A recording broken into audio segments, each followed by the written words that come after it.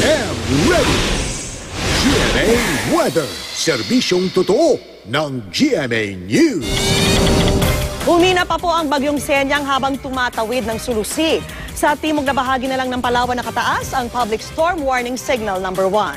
Kaya maging I am ready sa banta ng flash floods at landslides. Lalo inaasahan ang pagkilos ng bagyo palapit ng Palawan.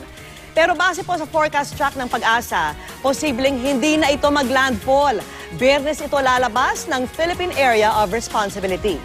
Huling namata ng sentro ng bagyo 290 kilometers timog kanluran ng Puyo, Palawan.